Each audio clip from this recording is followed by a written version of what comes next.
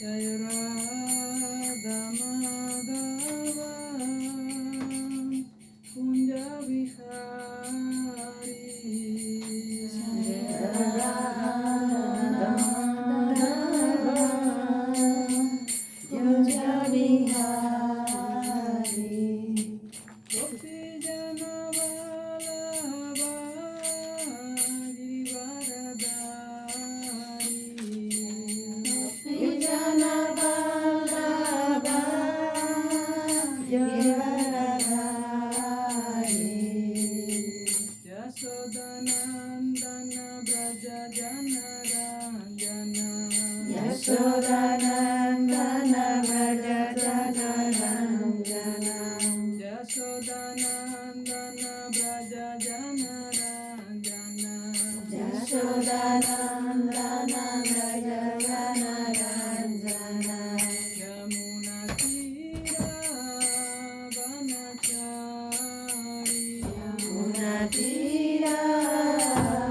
Vanachari Yamuna Tira Vanachari Yamuna Tira Vanachari Yamuna Tira Vanachari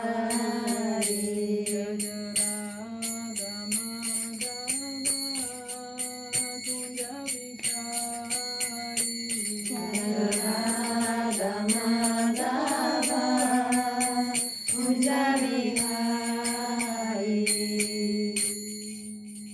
Jai Shri Shri Guru Gauranga Gandharvika Giridhari Radhika Raman Radhika Krishna Vanamali Giriju Ki Jai Om Agyanati Timurandasya Jananjana Slakaya Chakshu Militamina Tasmai Shri Gurave Namaha Shri Chaitanya Manopistam Stapitamina Bhutale Swayam Rupa Kadamayan Vidati Swapatantikam Namo Mahavandanaya Krishna Prema Pradayate Krishnaya Krishna Chaitanya Namani Gaura Devashe Namaha Hare Krishna Krishna Krishna Hare Hare Hare Rama Rama Rama Hare Hare.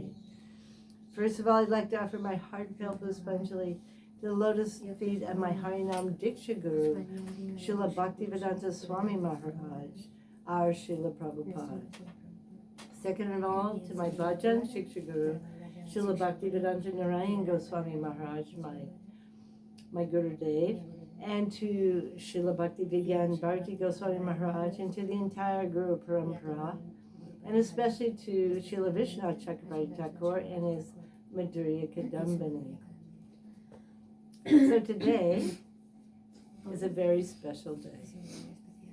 Today is Purnima, which means full moon, but it's a special full moon. It's called Madhur-utsava of Krishna. That means the festival of sweetness, the sweet festival of Krishna. And that's can be any pastime of Krishna, can be his Rasa Leela, which is actually the topmost Leelas. Srila Vishwanath Chakravarti Thakur, in his commentary on the Rasa Leela in the 10th canto, he says something very extraordinary about the Rasa Leela. He says, Krishna didn't start the Rasa Leela. He didn't instigate it. No. He gave that power to Rasa Leela herself. He gave her that independent power to start the Ras herself. Everything in the spiritual world is personified.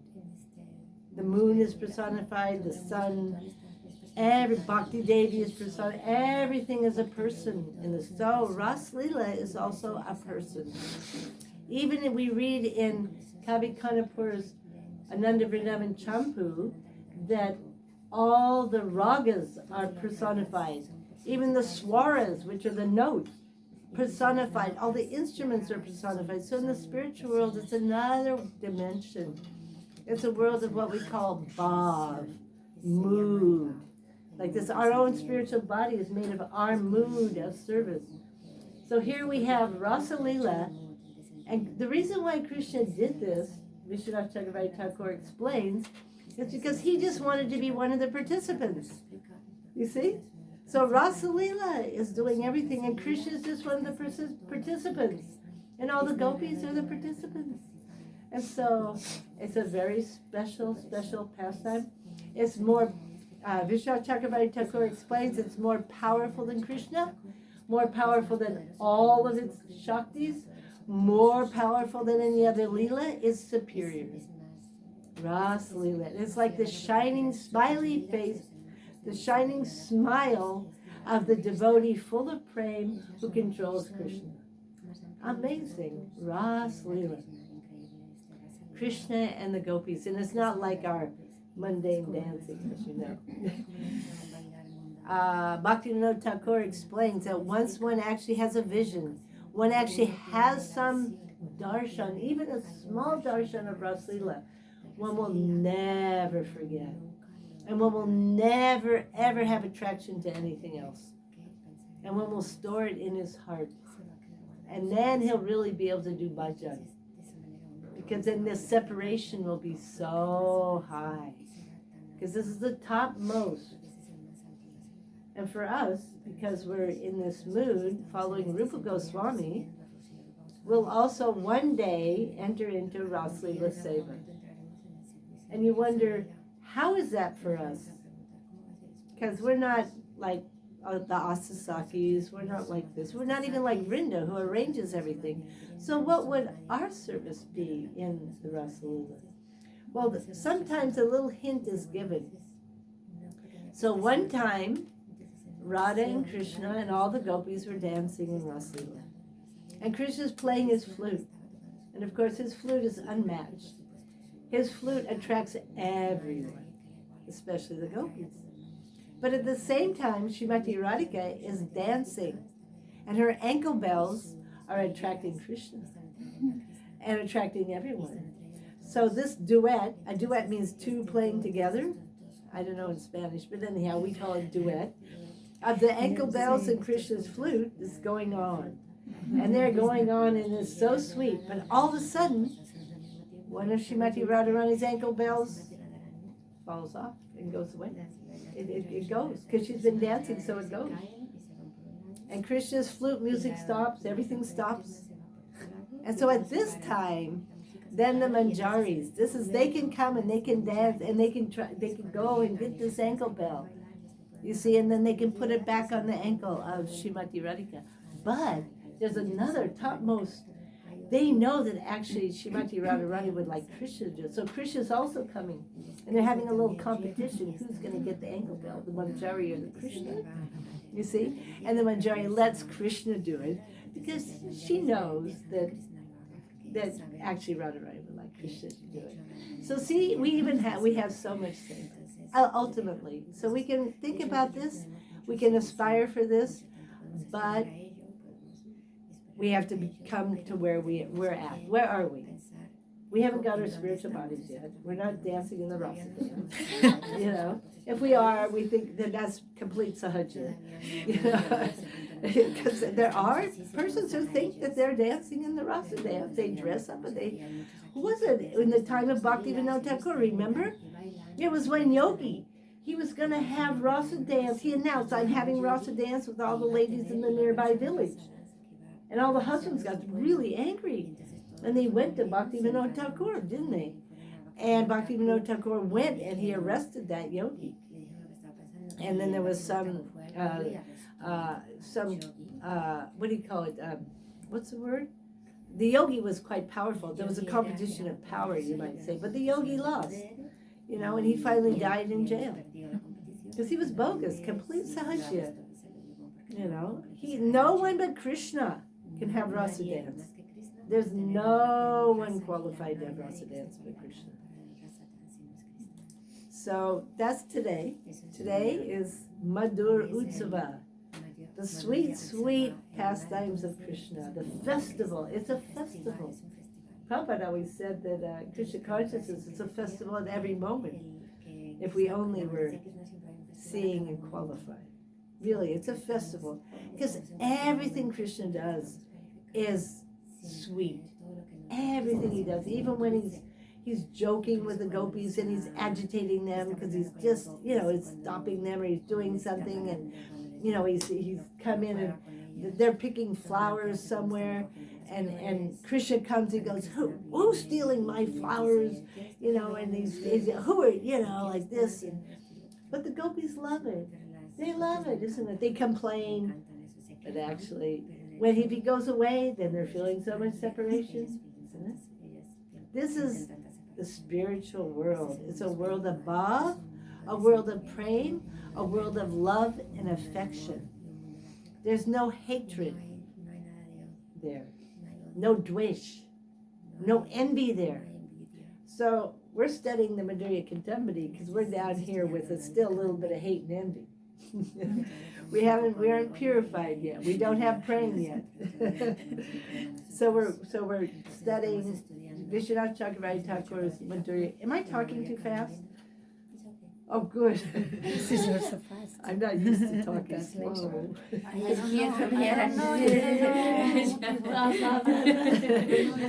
Well, I haven't done it for a long time, actually. So where was I? Oh, back to Mādhurya. So we're still in the third shower, and we're clearing what we call anarthas. The anarthas are what blocks us in our relationship with Krishna, so that we can't have our loving relationship with Krishna. So we're dealing with removing the blocks that we have, like envy, lust, anger, greed, thinking I'm the body, not remembering I'm a spirit soul. These are anarthas. So we're here. Oh, I forgot. First, I was going to mention also that today is the appearance day of Anartha-nivṛtti Das Thakur. Jai Narottama Das Thakur. Yeah, Narottama Das Thakur is a saint, a great sadhu. He's topmost Rupanuga Gaudiya Vaishnava. I won't speak so much about him, but he came right after Mahaprabhu. He was not here. He was that first generation after Mahaprabhu. He was born in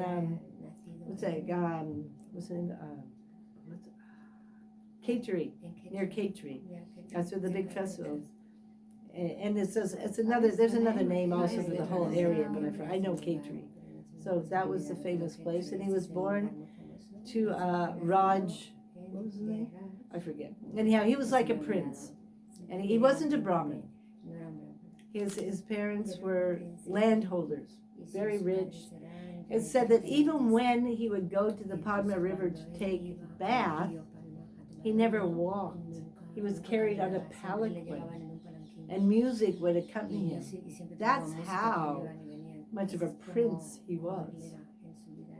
But before he was born, Mahaprabhu had gone to that area, to the Padma River, with Nitai and many other devotees. And he was calling out, Narottam, Narottam, Narottam. And the devotees say, why is he doing that? What's he doing? Who's he calling? Anyhow, he left something very special there. So later, when Narottam was born, and when he was around 12, he went to take bath one time in the Padma River. And when he entered the river, he had a darkish complexion. And when he entered the river, he was given by the Padma River what Mahaprabhu had left for him. He had left him praying, Gaur praying, especially for Narottam. And Narottam's body turned golden. It completely changed. And his whole mood completely changed. He was in praying. 100%. And at the time, he lost all interest in anything worldly. And he simply wanted to go to Vrindavan. And he decided to walk to Vrindavan. He had never walked before, but he walked to Vrindavan. And I'll just brief. When he came to Vrindavan, he met Jiva Goswami. And Jiva Goswami was giving shiksha to three very special devotees. One was Narottam, Srinivasacharya and Shamananda Prabhu. He was their Shiksha Guru, and he taught them everything. Everything. He was like their life and soul. But we have a very amazing example here. Jiva Goswami refused to become their Diksha Guru because he said, I am junior. There are senior devotees here, much senior to me. You must. So he sent Narottama to Lokanath Goswami, and Srinivasacharya went to Gopal Bhatta Goswami. Yes. So they took Diksha, Narottama from Lokanath Goswami. And there's a whole story about that. Most of you already know that. And Srinivasacharya took Diksha from Gopal Bhatta Goswami. In those days, there were never any envy. No envy between gurus. Lokanath, Jiva didn't think they're mine, I can't let them go to anyone else. Never. And Lokanath Goswami, he was only interested in his bhajan, and same with Gopal Bhatta Goswami. So they said, Jiva, you teach them. You teach. And Shamananda Prabhu was actually the disciple of Hridaya Chaitanya in Navadvip. But actually Shamananda was in a different ras than Hridaya Goswami. He was in Sakya ras, and Shamananda's Manjari. He's in Manjari Bhav. He's in Mādhurya ras. So he took shelter of Jiva Goswami. And Hridaya Chaitanya was very happy about this. Some people say that he was angry, but he was not. That's not true. Our acharyas say it's not true. He was not angry. He was very happy. Oh, I'm sorry. Am I going too fast? No, there's a lot slower okay. before. So he wasn't angry. So Jiva Goswami, he taught them everything, and also that he sent them out in Brajmandal Parikrama with a great saint from Govardhan called Raghava Pandit. So they did Brajmandal Parikrama, and then what happened? Jiva Goswami sent them out with the books of the Goswamis, of Rupa Goswami, sent them out to preach.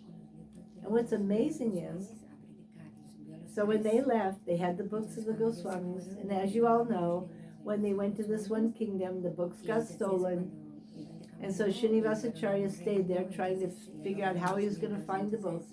And Srinivasacharya sent Narottama and Shamananda on. Shamananda went to Orissa, and Narottama went back to Khetri, which is somewhere in Bengal near Manipur. It's up in the, I guess, the northern part. I don't know geography so well. And you know how they preached? All three of them? By kirtan. Their preaching was kirtan. And in three different styles. I can't remember the names, but Narottama had his particular style, Srinivas had his particular style, Shamananda had his. They actually have, one is called Manohari, and one's called, I forget the names of them all. And this is how they preach, by kirtan. And as we know, Narottama Das Thakur's songs, his two books, Partana and Prem Bhakti Chandrika, they're actually songs. They're all songs. And what's amazing is, isn't it, is that he was in Khetri. He didn't travel around. But his songs, his preaching has gone all over the world. Every country in the world, everyone's singing the songs of Narottama. Everyone's getting the tattva, because all tattva is in his songs, because they all thought the books were lost of the Goswamis. So Narottama put in condensed form all of Rupa Goswami's teaching, Sanatana Goswami's teaching, everything is in his songs in a nutshell. I don't know if you know that, but as, nutshell, condensed. All of the Bhakti Rasamrita Sindhu, Ujjala Nilamani, Brihat Bhagavatam, it's all there in the songs. All tattva. Everyone's singing Shri Guru Charana Padmaha, Guru Tattva. Everything's in that song. Everything about Guru Tattva. So Narottama is preached in every town and village, isn't it? And our Srila Prabhupada, and after that all the devotees, Bhakti Vaibhav Puri Goswami, they took it all over the world. You see?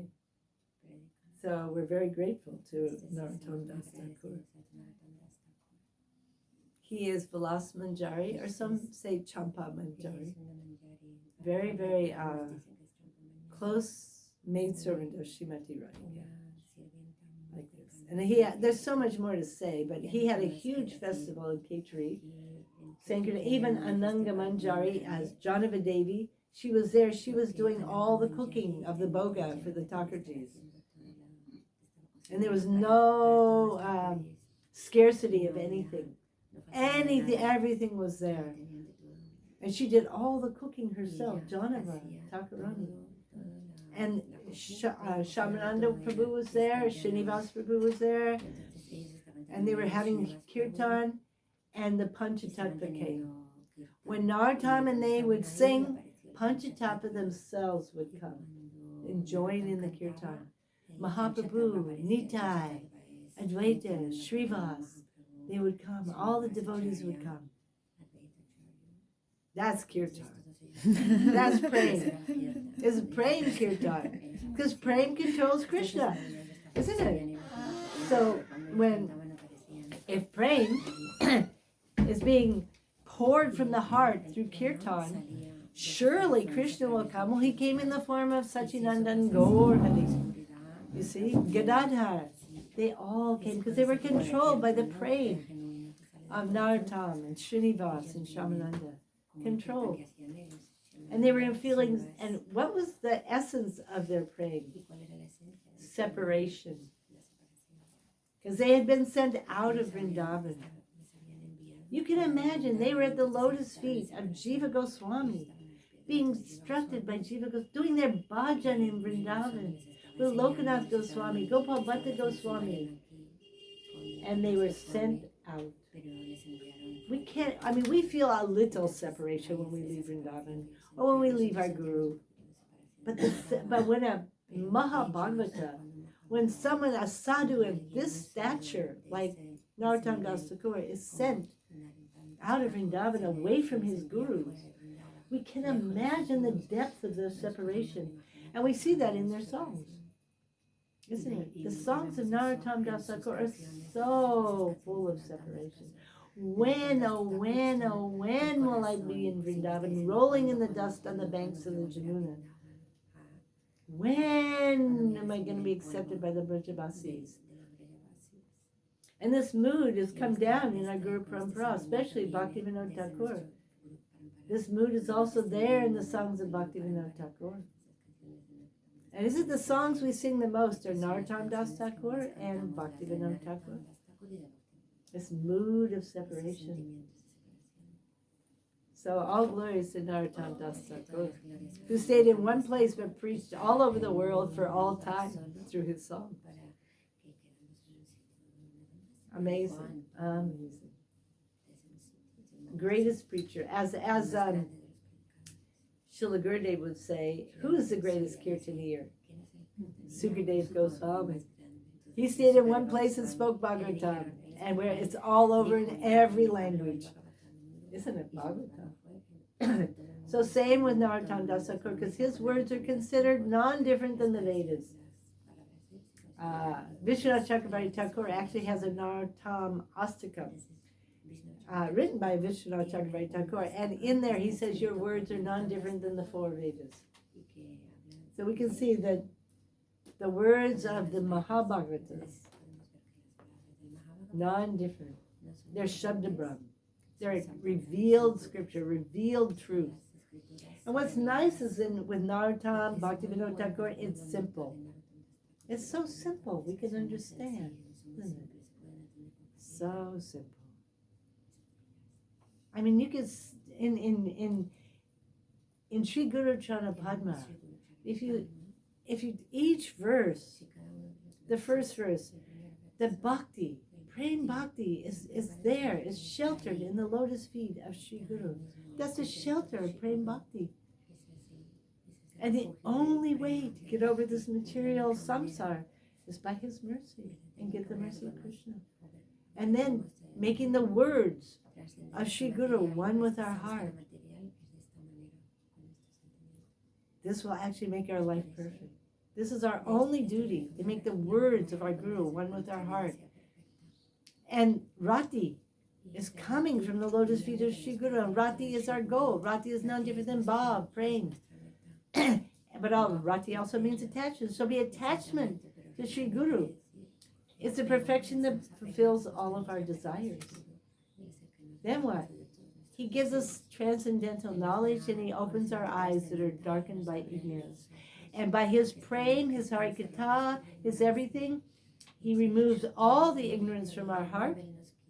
Prema bhakti yaha hoite avijavinas. He removes all the ignorance, and he gives us prema. And he's so merciful. He picks up the most fallen. He's a guru for everyone. So we take shelter at his lotus feet. That's 4 verses. Everything is there. How to attain perfection. Yeah. Okay, so now we'll try and speak a little bit about Mādhurya-kādambinī, also Vishwanath Thakur. So we're in the 3rd shower, and we've been talking about the 10 offenses. We've started the 10 offenses to the holy name. And the first offense, we haven't even finished the first offense. So the first offense is to criticize the devotees who are propagating the holy name of the Lord. Criticizing them, any way offending the pure devotees. This is the most severe offense we're learning. And the hardest one to give up, actually. It's very difficult because we're full of envy, actually. Very subtle, but there's a lot of envy there. Today, we're going to, there's one part where we're moving on in this part about the first offense. And this one that we're going to talk about today, this particular section, is very subtle. Because we are thinking that only a sadhu who has all the topmost qualities. He's honest, he's merciful, he's truthful. So the whole list actually that's given of the qualities. He eats moderately, remains peaceful, his intelligence is steady, he's friendly in all times, his heart is brimming with compassion. So many qualities of a topmost sadhu. Now if we offend him, then that's an aparadha. But any other devotee, and they may have some lust, they may have some bad behavior, they may lie. If we offend them, that's not an aparadha. But he says here, that is completely mistaken. Completely mistaken. Any Vaishnava that we offend, even if he has bad behavior, that is an offense. So this is something we have to be very careful about. Because we have a tendency, at least I do sometimes, to, you think, well, I mean, that person, he's not acting properly at all. And we don't think it's so serious if we kind of maybe talk about that person to another person, mentioning, oh, blah, blah, blah, blah, blah. But actually, this is an offense. It's prajalpa, it's gossip. And Vishwanath Thakur and Srila Gurudev in his commentary says, even if the Vaishnava, see, Vaishnava means someone who's taken shelter of Govinda, and he's actually doing bhajan. Now, due to his past, he may have some bad habits.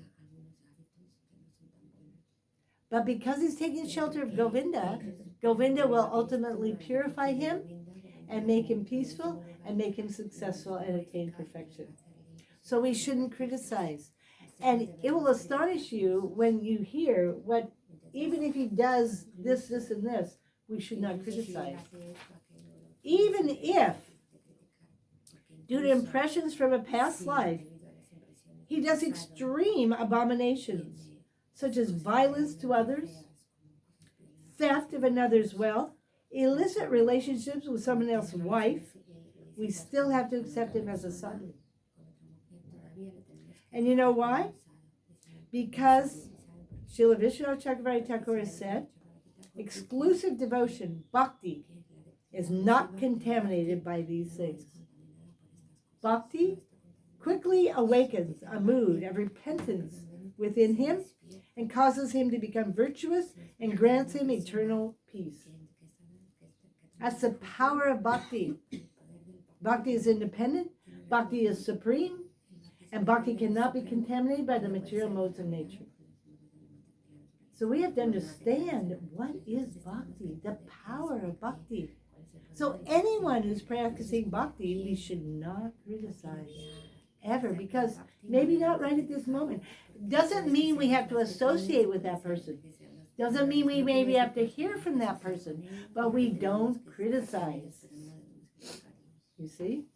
And we keep a mood of compassion in our hearts for them and for ourselves. May we get purified of all these bad habits, all these, how do you say, these impressions, detrimental impressions from our past life. Who are we? What have we done? Are we any better? You see, this is the thing. Srila Prabhupada told us as new devotees, and we're practicing bhakti, he said, if you knew how fallen you were, you'd faint. You would faint if you knew how fallen you were, all the things that you've done. But now you're doing bhakti, there's no material impediments. Go on practicing your bhakti and back home, back to Godhead. Doesn't matter that you're mlechas and yavanas, doesn't matter. And now I had a god brother, and he did so much service for Prabhupada, so much service all over the world.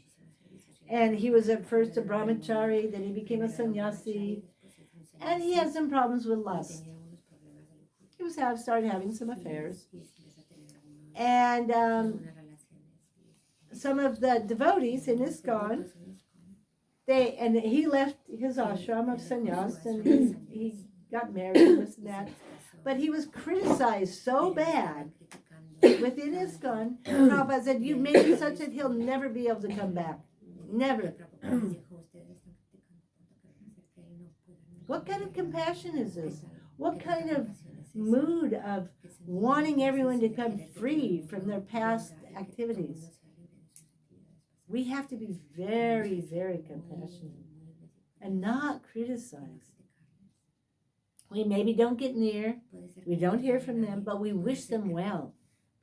And further on, I have this problem. The lens falls out. Let's see if I And get it. actually, by chanting, sadhusanga, devotional practices, our old bad habits sometimes can come just to be purified and can pop out. And Yes. It's the process. It is a process of make these things Yeah. coming out. It's like when you're making ghee, all the impurities, when you're boiling and boiling and boiling, the butter's melted, it's boiled, all the impurities come to the top, and then you get pure ghee. Because sometimes you hear, devotees are doing so nasty things, but the karmis are so nice sometimes. But karmis, they are not moving anything. They are not pushing their... Well, the thing is, most karmis, as we say, are non-devotees, in this day and age at least. They're killers. They eat meat. They're killing their mother. They're killing their friends. They're killing and eating. And even if you're a vegetarian or a vegan, they're not offering to God. So they're eating all kinds of things that are boga, that don't belong to them, that belong to Krishna. It's true, they may have very nice behavior. I have relatives that are very, very nice. They're scientists, they're professors, they have very nice behavior. Better than me, that's for sure, but they're atheists, complete atheists. No, honest to gosh, I have some very bad habits, but they know how to act properly in all social situations and everything. But they're fortunate they have a devotee in their group, Other than that, doesn't matter. Pious atheists, no. It's that bhajan, it's that attachment to Govinda. That is what makes a sadhu.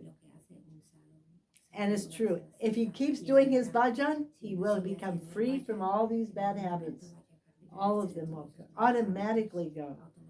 And sometimes Krishna doesn't remove them at first, because for one thing, he's testing that devotee. And also, he's testing the whole Sangha. Oh, how are you going to treat this person? It's a test, isn't it? So what does Mahaprabhu tell in the Chaitanya Charitamrita? Mahaprabhu is talking to Swarup Damodar Goswami and Rai Ramananda. And he says, please hear the verse that indicates how to chant the holy name in such a way as to awaken praying. And we all know this. Trinadapi sunichena, tarodapi suhisnuna, amanina manadena, kirtaniya siddhahari. One should feel oneself lower than a blade of grass, more humble than a blade of grass. One should be more tolerant than a tree, ready to offer all respects to others, not wanting any respect, always chanting them. And here, I think it's Srila Gurudev here. He is giving a little, no, it's actually Mahaprabhu himself explaining this. Even though a devotee is really the most exalted person, he never feels like that. He always feels like, oh, what have I done? What have I done? Somehow or other, I must have offended someone. I'm not with Krishna now. What? Where's Krishna? The Goswamis were so humble. Everyone loved the Goswamis. Why? Because they were so humble and meek. Even the ruffians, it said, even the Gundas loved the 6 Goswamis because they were so humble and kind to everyone. Sanatana Goswami would go everywhere, to everyone's house. How are you? How's your parents? How's your grandfather? Please just chant Hare Krishna. Everyone loved him. When he went to one village, you know, they didn't want him to leave, and he'd go to the next, they'd follow him to the next, and these other people, everyone loves Sanatana Goswami, and all the Goswami, but he's the one that was going around. And more tolerant than a tree. A tree, even if someone cut down the tree, does a tree protest? No. A tree does not protest when someone comes to cut it down. No. He still gives his leaves, his fruits, his shade. A tree. So we have to become as tolerant as a tree. When someone comes to us and says something that we really don't like, that pinches our false ego, we get very upset, usually, and we usually want to retaliate. And we're very happy if something nasty happens to that person. Because, oh, good. You know? Isn't it? Oh, I'm so happy. He was so mean to me. I'm so happy he's getting his just dues. No, this is not the mood of a sadhu, really. So, and then this is what's really beautiful too. We shouldn't want any respect for ourselves and only want to offer respects to others. And so what is a vision of a real sadhu? He sees that every living entity is a resting place of Krishna. Krishna is there as super soul in the heart of every atom. What to speak of every living being, a tree, a frog, a bird, every kind of human being. Krishna's there. And Bhaktisiddhanta Saraswati Thakur, oh my goodness. Yeah. And Bhaktisiddhanta Saraswati Thakur, I guess we'll get something.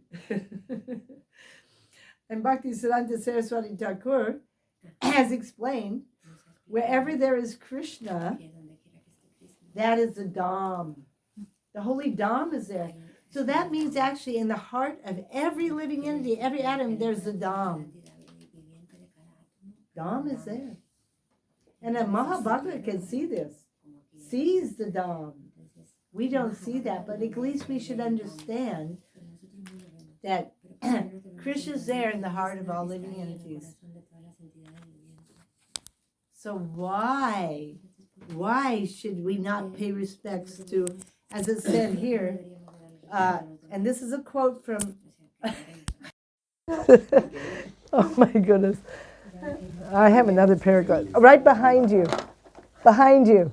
There's another pair of glasses. No, the glasses. These are the less have this problem. Okay, this is better. Did So- she has a question? Can she ask something? Yeah, just let me one thing, and then I'll okay. Narottama Das Thakur, in his song Prem Bhakti Chandrika 9:19, he says, he gives an instruction. Do not see anyone's faults. He isn't saying sadhus. He's saying don't see anyone's faults. Do not become angry with anyone, and offer respects at the feet of everyone. This is Narottama Das Thakur. And Srila Gurudev, his little commentary on that is, if a person adopts these principles, he will obtain supreme auspiciousness. And only then will the supremely merciful Sachinandan Sri Gaurhari become pleased with him. So this is a high. One who never criticizes anyone and always chants the name of Krishna will conquer Sri Chaitanya Mahaprabhu, who is unconquerable. Okay, question. Two questions. Two questions. That's fine. No problem. No problem. In another religion, culture, the people eat meat and fish. For example, Arabic, Islam. I know. Or Christian. I know. And then they they You can say it in Spanish if you want, and she can translate if that's easier. they are looking for the ¿cómo es trascender en inglés? Transcendence.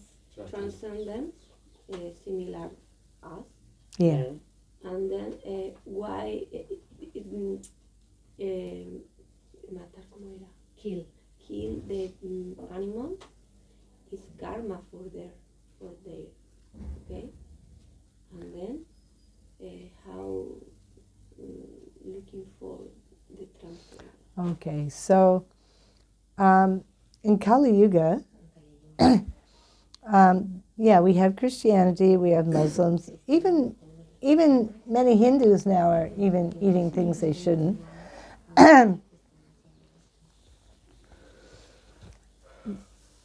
And they will have to suffer. They will have to suffer. There's no doubt about it. But because they believe in God, gradually is an evolution, or you might say a staircase. But it will take many lifetimes, transmigration of the soul. Because God is seeing, Krishna is seeing. They're just ignorant. More difficult than that's a sinful activity that can actually easily be eradicated or removed by God or by the sadhus. But aparad, that means criticizing others, is much more dangerous. That blocks one's love and affection much more than these sinful activities. Much more difficult to get rid of, you see, than this. Yeah, it's a sinful activity, no doubt, but that's easier to be removed if the person is sincere at heart. Just like my father. I was raised a Christian, Protestant. And my mother and father came to visit me when I was a new devotee. That was like 1972, long time ago. And they came to visit me in the ISKCON temple in Los Angeles. And my mother was a bit more understanding. She wanted to become a vegetarian. She even stayed in the ashram. But my father, he just couldn't understand. The Bible says, because he didn't understand that actually Jesus Christ wasn't really teaching this. It's been changed. Over time, scriptures and religions, it becomes contaminated in some ways sometimes. He couldn't understand because the Bible says this. And but finally, after having to say my name all the time, Vrindavan, Vrindavan, Vrindavan, because I didn't let him say, and hearing Hare Krishna and, and having prasadam, by the end of his life, finally, And I wouldn't cook anything for them. I was with him when he passed away, and they had the neighbors cooking, what he wanted to eat. Finally, they were serving him lamb. And finally, my father said, "Oh, the poor lamb, the poor little lamb." Finally, some awakening came. That was in that one lifetime. You see? Like this. Finally. And so in his next life, and because also the power of the holy name, in his next life, Srila Gurudev had said, both he and my mother have become devotees. They've come in line, and they will quickly go up. Because they didn't commit offense. You see, no offense, just sinful activities. But offenses, that's much more difficult. So as we're talking about offenses here, like that habit, of like being mean and hateful, to others. Okay. And another question. Mm-hmm.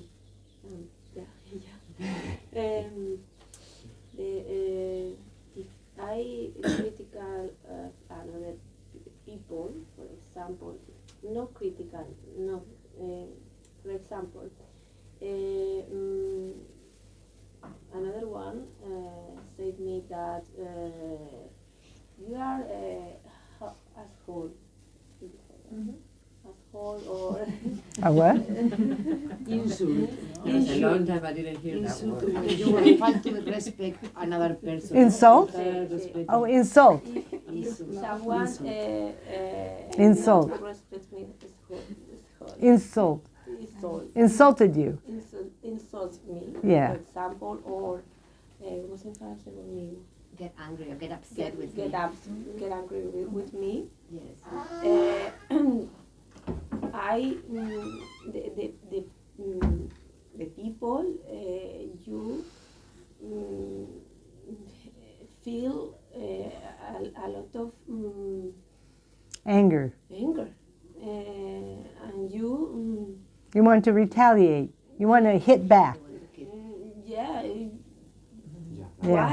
Why? Okay. Entonces, a ver si se lo traduces tú mejor. Mira, si yo, alguien me critica a mí, me insulta a mí, me hace daño a mí, yo lo que siento es ofensa hacia mí, entonces yo siento rabia, siento ira y me hago las preguntas y digo, ¿pero por qué? ¿Por qué hace esto?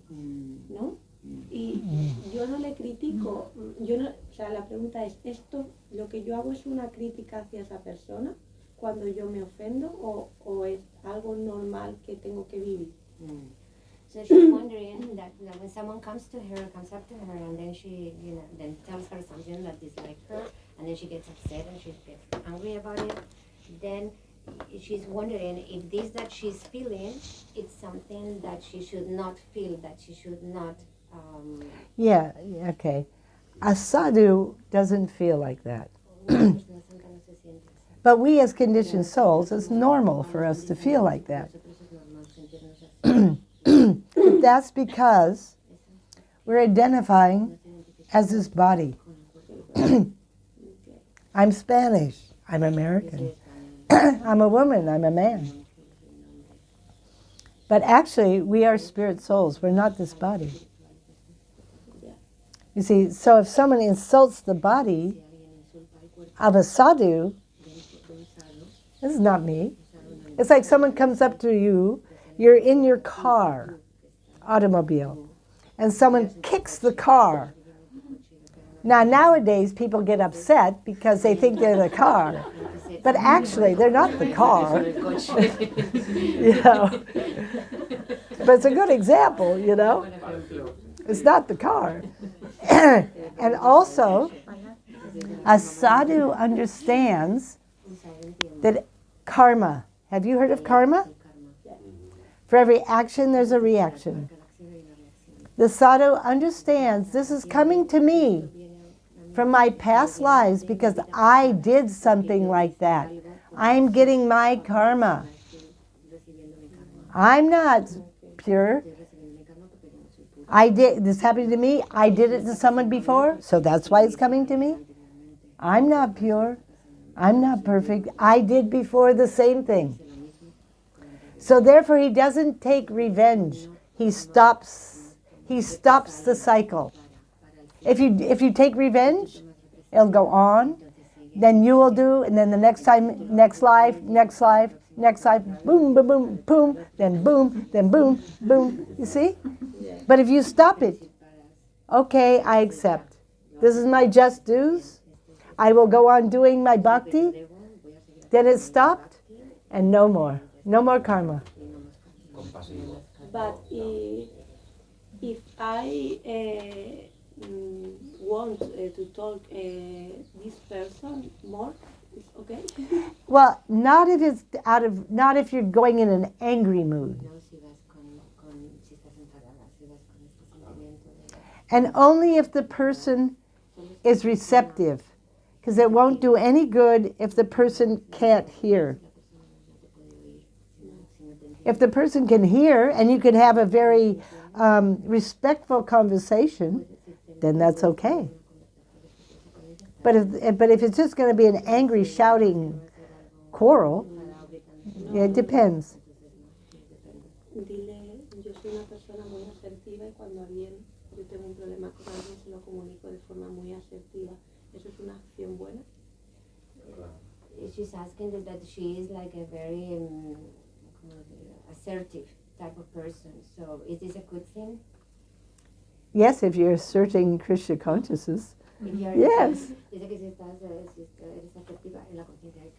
But not if you're asserting your own material desires. No. Yeah, like myself. I joined the Hare Krishna movement. I'm a disciple of Srila Prabhupada. I was 25 years old. And Prabhupada sent me out to distribute books, transcendental literature, Bhagavad Gita, Srimad Bhagavatam. And I was very assertive because we're going up to persons who know nothing. Every day, all day. Excuse me, sir. Are you from here? Are you from out of town? My guru has asked me to give a book to everyone. Here, please take this book. It's about love of God. Please give a donation to help spread love of God. And then you start talking about it. That's very assertive. But it's for the well-being of that person. It's under the direction of Mahaprabhu and Prabhupada and all Guru Parampara. But if I'm going out, excuse me, sir, I'm really poor. I don't have enough to eat. Can you please, and not only that, lying, because that's what happens sometimes with the book distributors. Instead of being proper, they started lying to make money. They started saying, please give a donation to help feed the starving kids in Biafra. Because at that time they were starving kids. It was famous. Now this is no. That's lying. We don't know. The donation is going to help spread love of God and print more books. Let's be honest.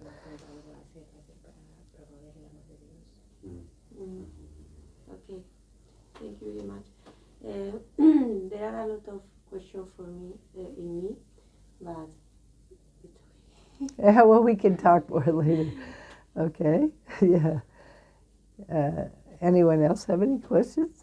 No, I just have maybe you can remind me that one time Bhaktisiddhanta Saraswati Thakur had a disciple and he sent him somewhere to preach and it became very successful. And later he sent other disciples to establish a temple there, and he was also still there helping. And then they invited Srila Prabhupada for the opening of the temple. And then Srila Prabhupada came, and he saw it all set up and everything was beautiful. And then he said, where is that person who came there first? He said, oh, he was Some connection with ladies, I think. Ladies, he went back there and he took some money to support his family, and we sent him away. And Prabhupada was so upset. Yeah, he didn't want to. I don't want to install anything. Right. I want to do. You go there and bring him back. Yeah. And they finally found the And they person. found him. And he came on his knees. Yeah, he was weeping. I'm so weak and I'm so fallen, and And he wanted to come back, but he was too embarrassed. because they already told him. Right. You know? So that's one of the examples you gave of Yes. compassion to Yeah. those who are weak and probably did not accept their service. Right. Right. And we should be very careful because it can happen to us at any time. Some bad, like let's see, what's the example? Oh, in the Bhagavatam, even though it's a Leela, Bharat Maharaj, giving up everything and going and doing his bhajan to a high level and bhav, and he becomes attached to a deer. Out of nowhere. And in the purports it said, from some uncontrollable, unknown desire in his heart. So what do we have in our heart? Do we have only one? How many unknown desires do we have there? They might just pop out at any time. And that was just for compassion for a deer. It was not even Yeah, so much, and also he had no guidance. right, right. No guru guidance. Yeah. So anyhow, we have to be very careful. That's why we're supposed to be humble. We're supposed to understand. I'm just lower than the low. I've done it in my past lives. I've done everything, and in this lifetime, you know. Then we offer all respects. We see, and the thing is, when one does that, like this is what Srila Prabhupada did. Srila Prabhupada was the epitome of humility. And I can attest that when he looked at me, I could see he was seeing me, not my conditioning. It was the most incredible experience. I know you've all had that, or close, you know. It's like seeing only the soul. And for the first time experiencing real love. And someone who loves you, someone who doesn't care about what you've done, all the things that you've done. They don't care. They only care about you. And they want you to become free from the conditioning, free from the karma, and go back home, back to Godhead, and be established in our loving relationship with Krishna eternally. What chance would anyone have if everything's held against them? What chance? Even offenses to the pure devotee that we're reading about, which is the worst offense, is not forever. The reaction is not forever. It's for a long time, but it's not forever. Sooner or later, Krishna sends another sadhu, another chance, and by that time, one's, it's been so long. And one has suffered so much in the material world, one's a little ready to want to get out of the material world. He's a little ready to want to hear what the problem is. Uh-oh, I must have committed offenses. Uh-oh, I don't want to do that anymore. Like this. Bhakti is compassion. Bhakti is humility. Bhakti is forgiveness. And truth, real truth. Truth is prem, love and affection. You see? So, anyhow, I guess we'll stop here. Jai. Srila Vishwanath Chakravarti Thakur, Mādhurya-kādambinī, Narottama Das Thakur ki jai ho. Thank you for coming. Yeah. Okay, now we have a little bit more kirtan here. No, you're good. I mean, probably other people are good too, but we know. Jaya Shri Krishna Chaitanya Prabhu Nityananda Shri Advaita Gadadhara Shri Vasadi Gaura Bhakta Vrinda Jaya Shri Krishna Chaitanya Prabhu Nityananda Advaita Gadadhara Shri Vasadi Gaura Bhakta Vrinda. Jaya Shri Krishna Chaitanya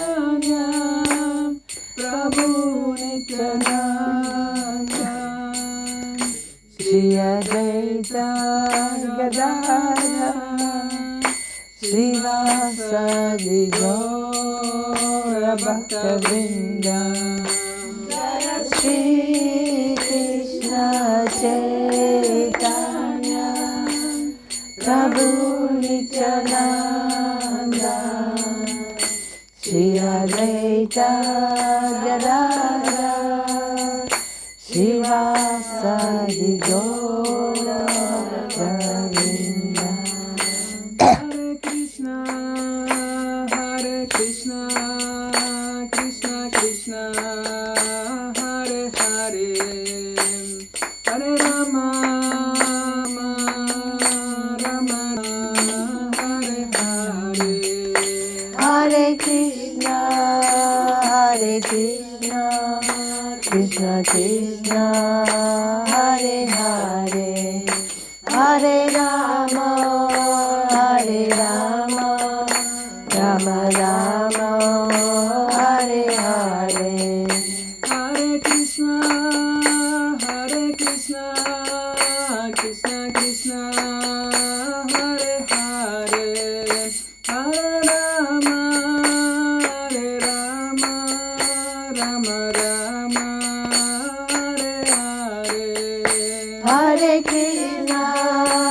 Hare Krishna, Krishna Krishna, Hare Hare, Hare Rama, Rama Rama, Hare Hare.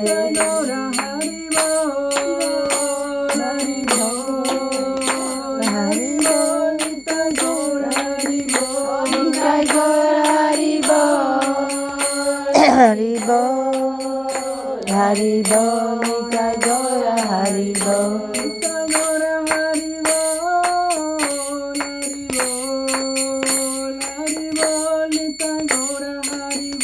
Nitai Gaura Hari Bol, Hari Bol, Hari Bol, Nitai Gaura Hari Bol.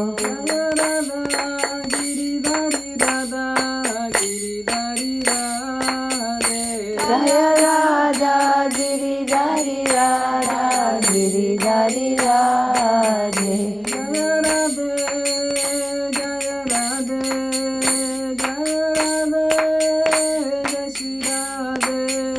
Jaya Radhe, Jaya Radhe, Jaya Radhe, Jaya Shri Radhe. Hi, thank you. Vanchakapachuvishta, Kripa Sindhu Bhavacha, Patitanam Pavanebhyo, Vaishnavebhyo, Namo Namaha. I wanted to say one more thing about my father because it was interesting. When my father was passing away, and my mother actually, I was with them and I was chanting in their name, in their ear, the holy name. They were very fortunate. And we should not underestimate the power of the holy name. Because my parents had done many things, even as Christians, that they shouldn't have done, eating meat, all kinds of things. But that power of the holy name, and it was coming actually from Srila Prabhupada, from my heart, like this. I'm not pure, but it's coming down to the Guru Parampara. So the power of the holy name, it's nothing for the holy name to eradicate sinful activities. Nothing. It's so easy. So if we ever have the chance to be with someone when they're passing away and chant to them, it's the most important time of their life. Can I say something? Yeah. I just heard a story from Nishinga Prabhu, from Alachua. Mm-hmm. He was talking about his father, who was not a devotee, but he was favorable. He went to the temple a few times. And then he was on his deathbed, actually. He was in the hospital. And he had a nurse taking care of him. So Nishinga was in touch with the nurse and said, please, once a day you chant the Hare Krishna Maha Mantra, at least once a day. So she did that faithfully. But then the critical moment came that he was about to pass away. So then he called him and said, please chant Hare Krishna. When he leaves his body, please continue to chant. So she chanted the Maha Mantra to him. Yeah. He was in coma. Yeah. And then suddenly he came out of coma and said, Hare Krishna, and he left his body. Oh, that's, yeah. Amazing, huh? The power of the holy name. The power of our Guru Parampara, Mahaprabhu. Okay. Thank you for sharing. Yeah, that's nice. Lots of stories like that, actually. Or there was one of my godbrothers who had left everything. He was married, hadn't even told his wife that he was a Hare Krishna way back when. He was a sannyasi. Oh, was he? And he was leaving, and all of a sudden he said, Prabhupada, I can't believe you've come for me. Yes.